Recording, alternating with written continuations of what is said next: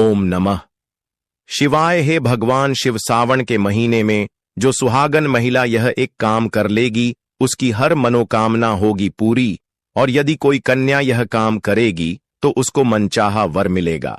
हे भगवान शिव, यदि सावन सोमवार में आपके इस भक्त से कोई भूल हो जाए तो क्षमा करना, हम सब आपकी ही संतान हैं। और जो इस वीडियो को लाइक करें उसके दुख दर्द और गरीबी को दूर कर देना, लाइक जरूर करें। सावन की हार्दिक शुभकामनाएं।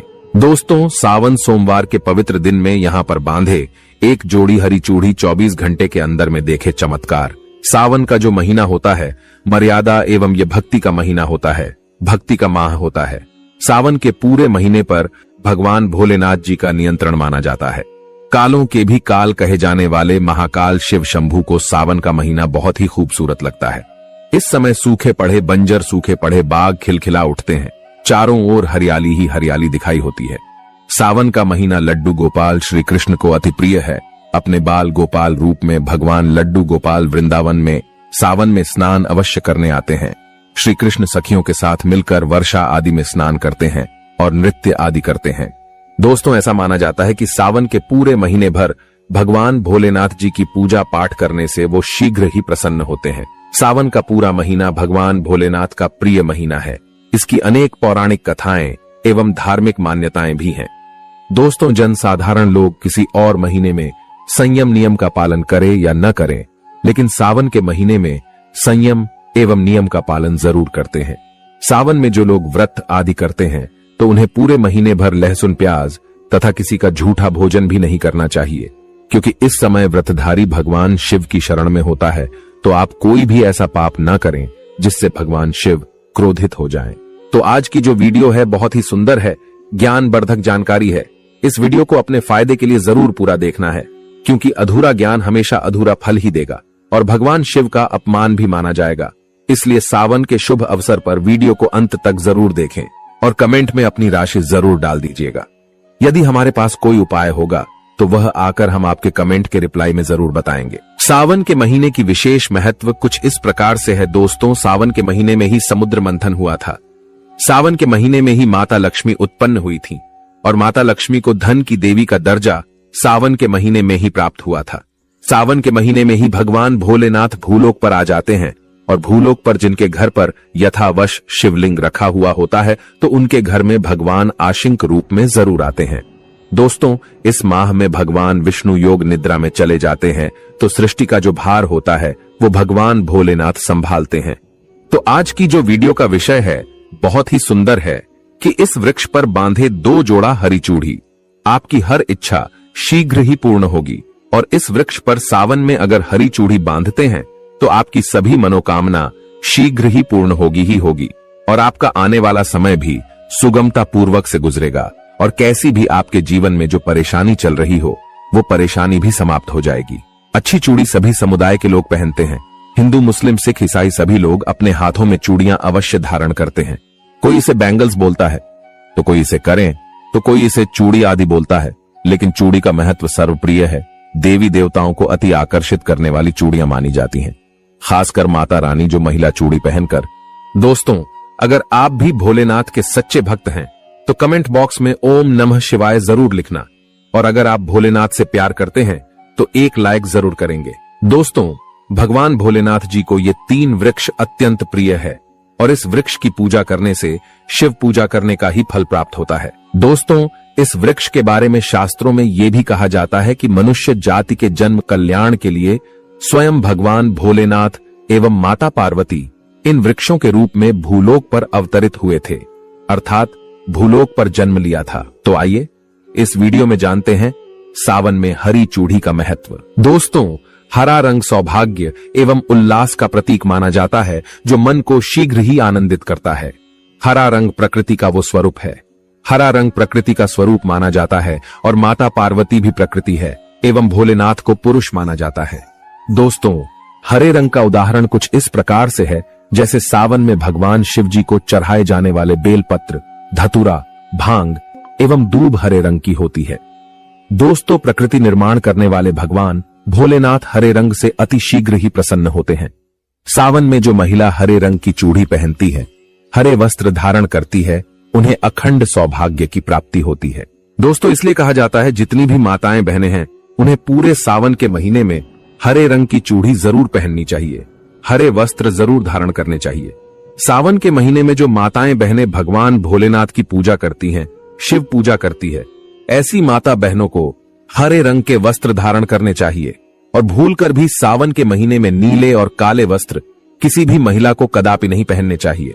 ऐसा माना जाता है कि इस रंग के कपड़े पहनने से महिला के पति पर कष्ट आते हैं और उनके पति की आयु कम हो जाती है। तो दोस्तों इस वृक्ष पर किसी भी सावन सोमवार के दिन या सावन में किसी भी समय जरूर बांधे।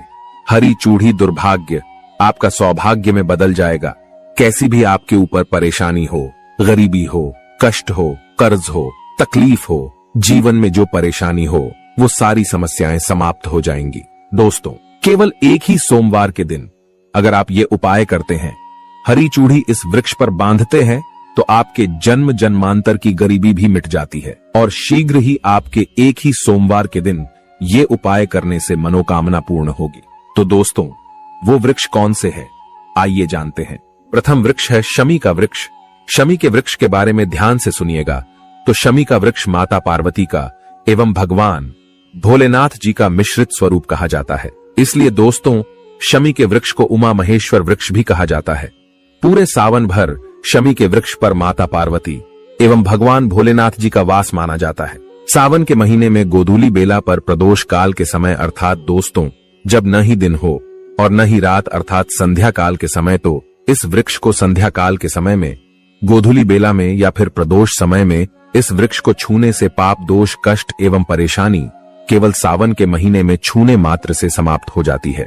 दोस्तों सावन के पवित्र महीने में अगर शमी वृक्ष की जड़ पर कच्चा दूध डाला जाए तो भगवान शिव शीघ्र ही प्रसन्न होते हैं एवं माता पार्वती का ढेर सारा आशीर्वाद प्राप्त होता है। दोस्तों शमी के वृक्ष का महत्व कुछ इस प्रकार से है।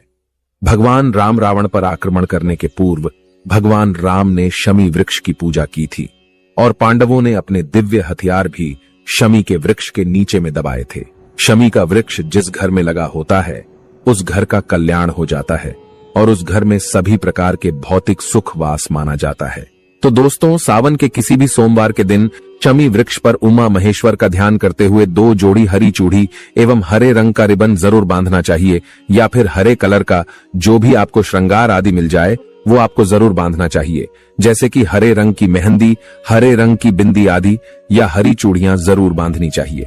दोस्तों कैसी भी आपकी मनोकामना हो वो एक ही बार में पूर्ण हो जाएगी, क्योंकि इस खास समय पर यानी सावन के समय में भगवान शिव खास तौर पर वास करने आते हैं धरती पर और शमी के वृक्ष में स्थायी रूप से वास करते हैं।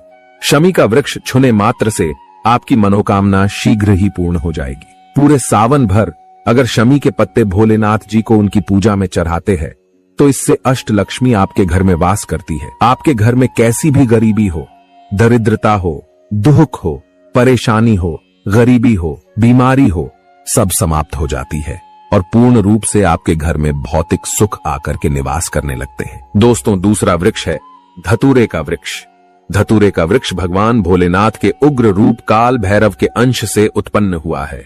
ऐसी मान्यता है कि शिवलिंग पर धतूरे के पत्ते या पुष्प फल चढ़ाने से राहु केतु एवं शनि के कुप्रभाव समाप्त होते हैं। धतूरे के वृक्ष पर सावन के किसी भी सोमवार के दिन अगर 2 जोड़ी हरी चूड़ी बांधे तो शत्रुओं से छुटकारा मिलता है एवं शत्रुओं का सर्वनाश होता है। और दोस्तों सावन सोमवार के दिन धतूरे का वृक्ष छूने मात्र से भगवान शिव आपके घर में दौड़े चले आएंगे।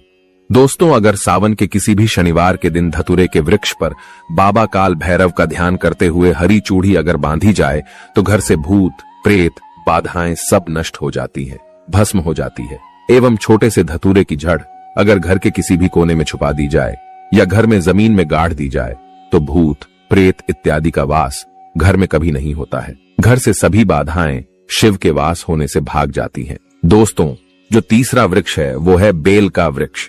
अगर भगवान शिव को बेलपत्र न चढ़ाया जाए तो सावन का व्रत अधूरा माना जाता है और बिना पत्र चढ़ाए ही शिवलिंग पर जल भी व्यर्थ हो जाता है। इसलिए जब भी आप भगवान शिव पर बेलपत्र चढ़ाए तो 5 बेलपत्रों पर उसके ऊपर में श्री राम अवश्य लिखे। इससे भगवान शिव जल्दी और अत्यंत प्रसन्न हो जाते हैं। दोस्तों सावन में बेल वृक्ष छूने से कई तीर्थों का लाभ मिलता है। सावन में इस वृक्ष को क्यों छूना जरूरी है, आइए जानते हैं बेल वृक्ष की महिमा को। बेल का वृक्ष, मैं आप लोगों को कई बार कई कथा में बता चुका हूं कि ये जो बेल का वृक्ष है माता पार्वती के स्वरूप कहा गया है। तो ये वृक्ष माता पार्वती के पसीने से उत्पन्न हुआ है। स्कंद पुराण में बहुत ही स्पष्ट तरीके से बताया गया है। इसके पत्ते में शिव और डाली में पार्वती, जड़ में ब्रह्मा एवं तन में विष्णु जी स्वयं रहते हैं।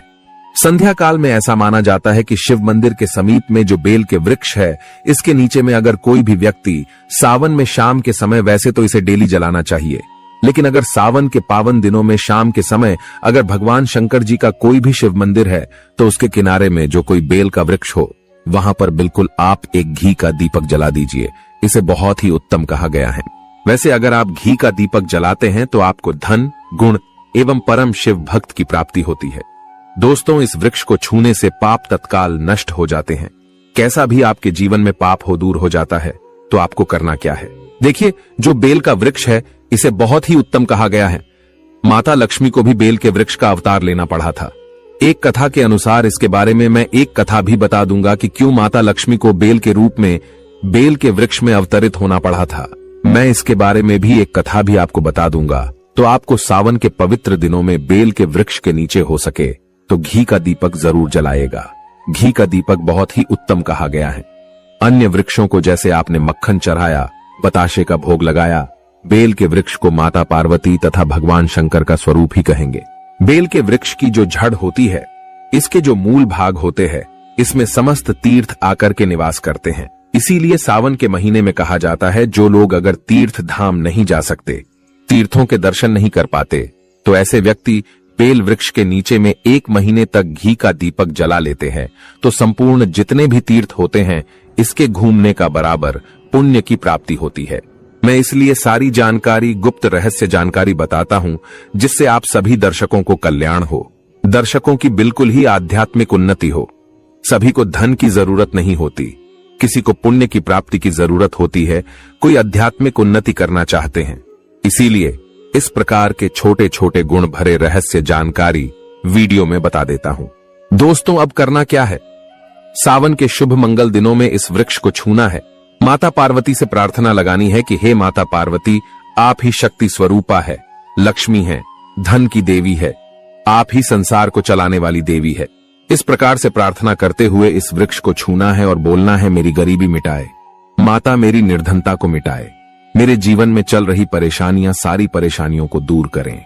इस प्रकार प्रार्थना करते हुए आपको एक कपूर और एक लौंग को भी जला देना है और एक काम जरूर करना है। जलाने के बाद इस वृक्ष को आपको बोलना है कि मैं भोग स्वरूप आपको धतूरे के पत्ते एवं धतूरे के फल समर्पित कर रहा हूं, आप स्वीकार करें। दोस्तों, इस वृक्ष की जड़ के नीचे में भी आपको धतूरे के फल एवं पुष्प हैं तो पुष्प भी रख सकते हैं, फिर पत्ते रख दीजिए। और अब वृक्ष आपको छूना है, प्रार्थना करते हुए कि हमारी गरीबी मिटाए, हमारी निर्धनता मिटाए, बिल्कुल ही आपके जीवन में कभी गरीबी नहीं आएगी। और एक प्रार्थना जरूर करना है, किसी की हाय लग गई हो, बददुआ लग गई हो, किसी का दोष लगा हो, जिसके कारण हमारी आध्यात्मिक उन्नति नहीं हो पा रही हो, तो आप जो है हाय, बददुआ एवं किसी का दोष लगा हो, उसे तुरंत दूर करें। शनि, राहु, केतु का अगर दुष्ट प्रभाव लग रहा हो, नवग्रहों में से कोई नवग्रह हमें पीड़ित कर रहा हो, या फिर किसी भी हमारे पूर्वजों द्वारा किसी भी प्रकार का हमें पितृ दोष लगा हो, क्योंकि पितृ दोष लगने के कारण व्यक्ति की आत्मिक उन्नति भी नहीं हो पाती, तो आप बोलना कि समस्त प्रकार के दोषों को आप दूर करें, अपने अंदर में खींच लीजिए और आप हमें दोष मुक्त कर दीजिए। तो इस प्रकार से आपको ये प्रार्थना करनी है। और एक काम आपको जरूर करना चाहिए, आपको सावन के समय धर्म शास्त्रों में कहा गया है, बहुत सारे लोग भी बताते हैं, हमारे गुरुजी भी कहा करते थे, सावन के दिन अगर बेल के वृक्ष की जड़ में मिश्रित युक्त मिश्री, जो मिश्री आती है खड़ी खड़ी, आप सभी दर्शकों को जरूर पता होगी, शक्कर टाइप की होती है, तो आपको मिश्री डाला हुआ दूध अगर आप इनकी जड़ में डालते हैं तो ऐसा कहा गया है कि ऐसा व्यक्ति कभी निर्धन नहीं होता। ऐसे व्यक्ति के जीवन से किसी भी प्रकार से अगर लक्ष्मी रुष्ट हो चुकी हो, ऐसे व्यक्ति पर मां लक्ष्मी भी प्रसन्न होती है। ऐसे व्यक्ति के जीवन में धन का अभाव नहीं होता, ऐसे व्यक्ति फिर निरोग रहते हैं, निरोग काया प्राप्त होती है। आप चाहते हैं तो यही क्रिया नीम के वृक्ष पर भी कर सकते हैं। नीम के वृक्ष पर माता लक्ष्मी निवास करती है, समस्त दैवीय शक्ति निवास करती है। नीम के वृक्ष में अगर आप जो है सावन के शुभ मंगल दिनों में आपको एक गिलास या फिर एक लोटे सामर्थ्य के अनुसार तांबे के लोटे में आपको दूध डाल करके इनके अंदर जो है अभिषेक करना चाहिए। इनकी जड़ में डालना चाहिए, लेकिन आपको मीठा दूध ही डालना है। मिश्री मिला हुआ दूध आपको चढ़ाना है, इनकी जड़ में डालना है और गरीबी मिटाने की प्रार्थना करनी है। या फिर जिन लोगों पे कर्जे का भार है वो लोग बोल सकते हैं कि हमारे कर्जे का भार दूर हो, या फिर जीवन में जो किसी भी प्रकार की जो परेशानी है वो परेशानी भी बोल देना। वो परेशानी तत्काल ये वृक्ष समाप्त करते हैं और आपको इसे छू करके आ जाना है। दोस्तों, सावन में आप इन वृक्षों को जरूर छुएं, आपका कायाकल्प हो जाएगा। भगवान शिव आपके ऊपर मेहरबान हो जाएंगे, आपकी भक्ति की कामना आराधना पूर्ण हो जाएगी। तो अगर आप महादेव की कृपा प्राप्त करना चाहते हैं और उन्हें अपने घर पर बुलाना चाहते हैं तो कमेंट बॉक्स में लिखें, भगवान शिव आपका स्वागत है हमारे घर में। हर हर महादेव, ओम नमः शिवाय एक लाइक जरूर करें।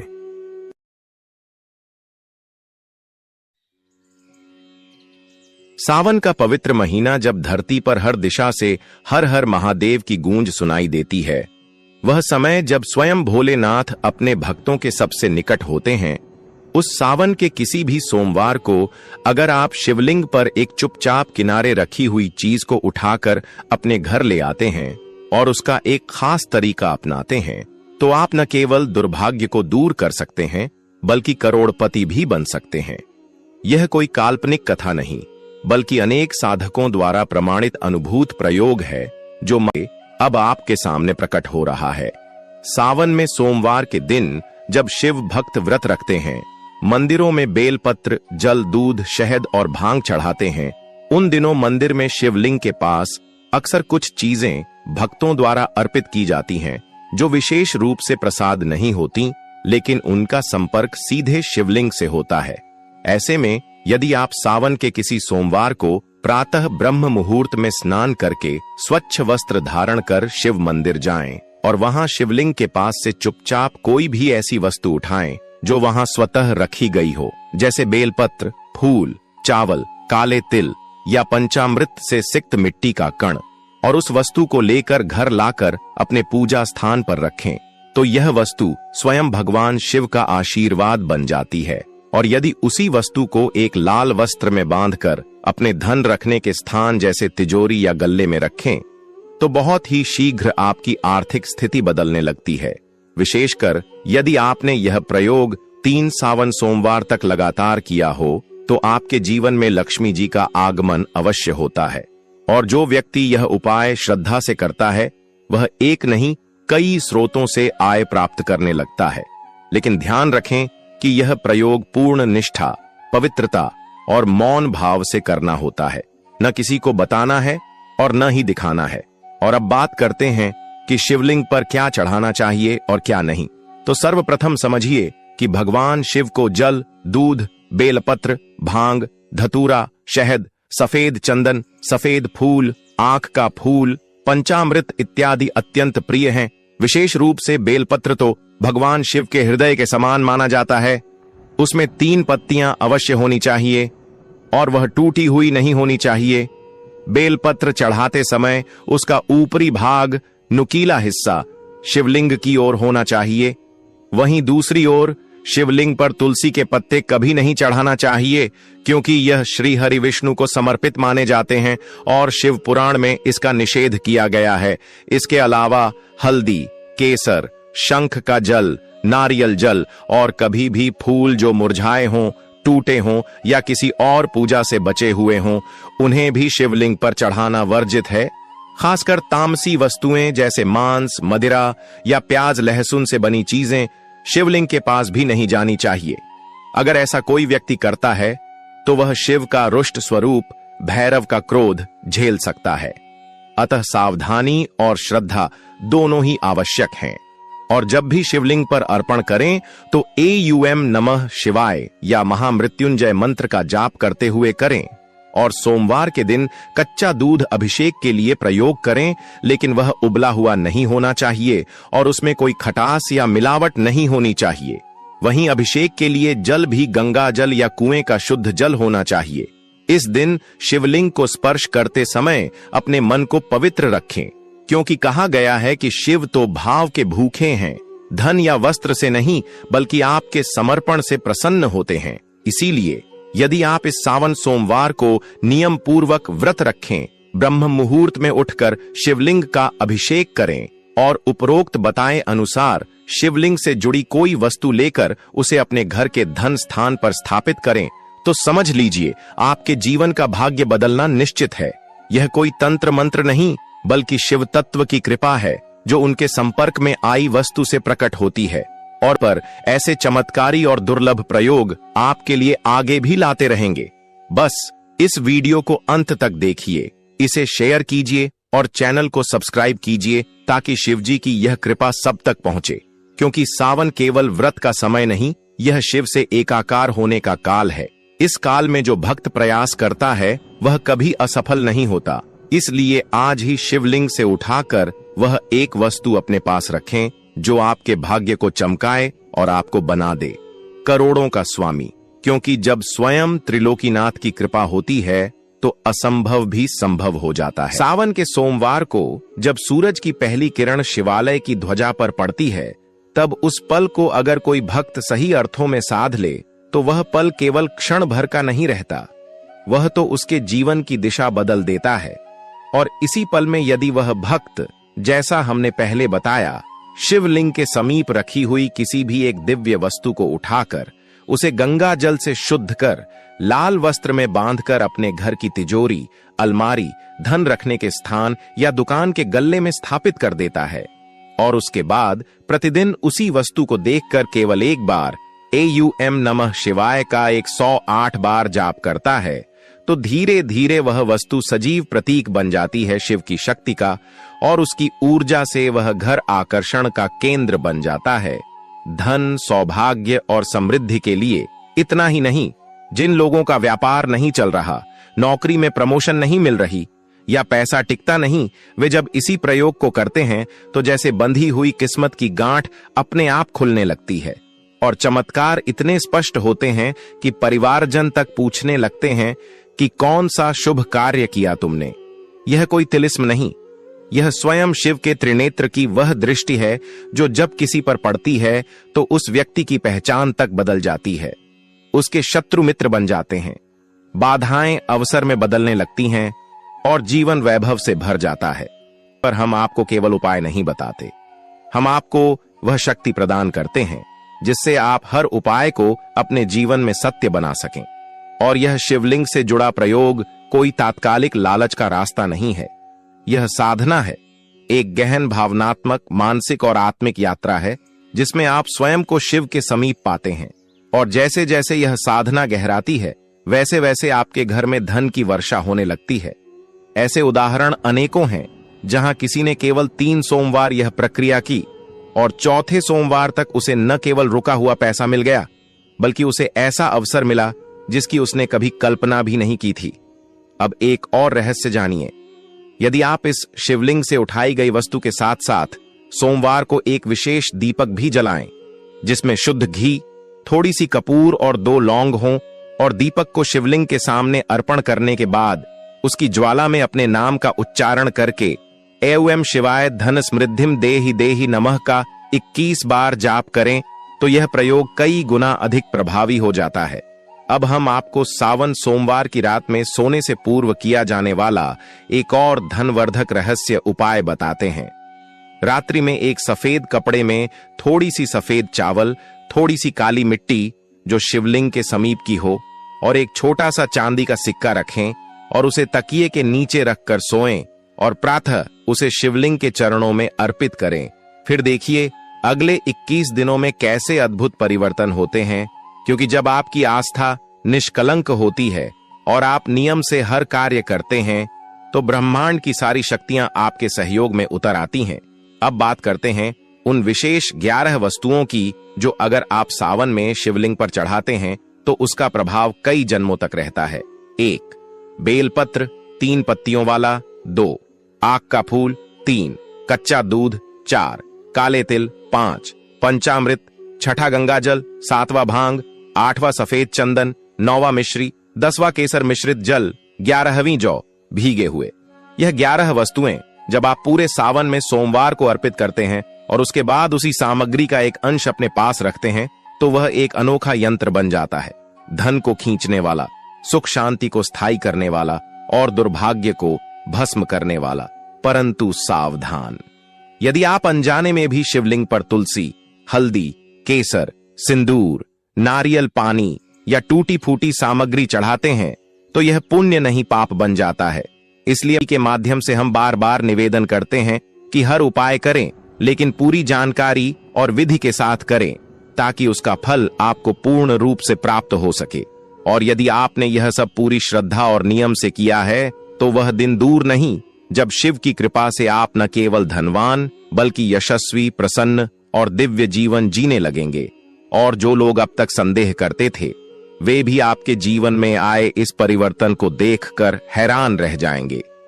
यही है शिव की असली महायुक्ति। भक्तों, महिलाएं अपने मांग में सिंदूर लगाते समय भूल कर भी ना करें 9 गलतियां, वरना आपके पति को झेलनी पड़ेगी। मुसीबत और परेशानियां पूरा घर हो जाएगा।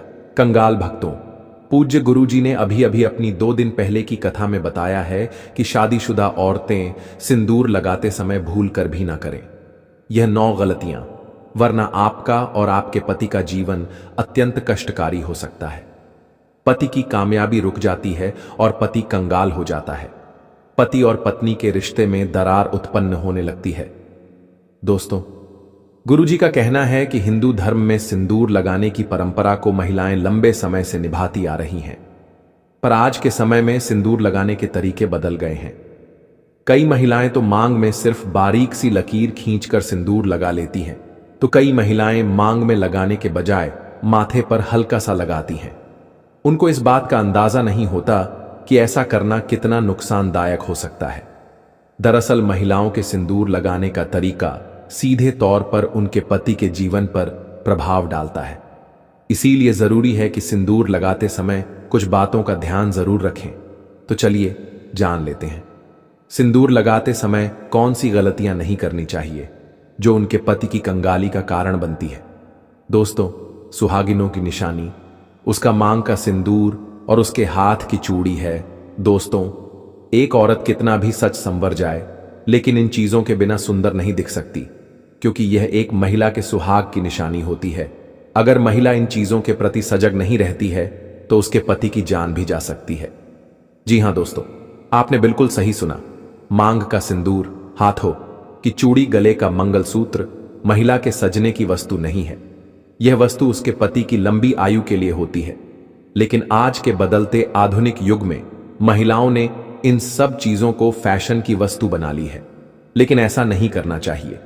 यदि आप लोग भी मांग में सिंदूर लगाते समय कुछ गलतियां करती हैं तो यह आपके पति के लिए अच्छा नहीं है और यह धन हानि का कारण भी बन सकता है। हमारे हिंदू धर्म में 16 श्रृंगार का बहुत ज्यादा महत्व बताया गया है। जब भी किसी शादीशुदा महिला की बात आती है तब 16 श्रृंगार में से सबसे ज्यादा सिंदूर ही मायने रखे। पौराणिक कथाओं के अनुसार ऐसी मान्यता है कि सिंदूर ही किसी सुहागन की पहचान होती है। हिंदू शादियों में सिंदूर की रस्म बेहद खास होती है और शादी के दिन के बाद से महिलाएं रोज अपने पति की दीर्घायु की कामना में अपने मांग में सिंदूर भरती हैं। सिंदूर के बिना किसी की शादी तक भी नहीं हो सकती है, लेकिन सिंदूर लगाते समय कुछ बातों को ध्यान रखना जरूरी होता है। ऐसा माना जाता है कि यदि महिलाएं सिंदूर लगाते समय कुछ गलतियां करती हैं तो यह पति के जीवन में दुर्भाग्य का कारण भी बन सकती है। मान्यता है कि यह गलतियां पति को कंगाल तक बना सकती हैं। सिंदूर, जिसे कुमकुम के नाम से भी जाना जाता है, इसे मुख्य रूप से विवाह का प्रतीक माना जाता है। ऐसा माना जाता है कि हिंदू शादी की रस्म तभी पूरी होती है जब वर मंडप में वधू की मांग में सिंदूर लगाता है। सिंदूर को विवाह का प्रतीक माना जाता है। विवाहित महिलाएं अपने माथे के बीच से सिर के मध्य तक बालों के बीच में सिंदूर लगाती हैं। दरअसल यह प्रथा सदियों से चली आ रही है और मांग में सिंदूर लगाना सुहागिनों के मुख्य श्रृंगार में से एक माना जाता है। आइए अब हम जान लेते हैं कि सिंदूर लगाते समय आपको कौन सी गलतियां करने से बचना चाहिए। लेकिन उससे पहले अगर आप भी चाहते हैं कि लक्ष्मी माता का आशीर्वाद आप पर बना रहे तो इस वीडियो को एक लाइक करें और आपके अपने चैनल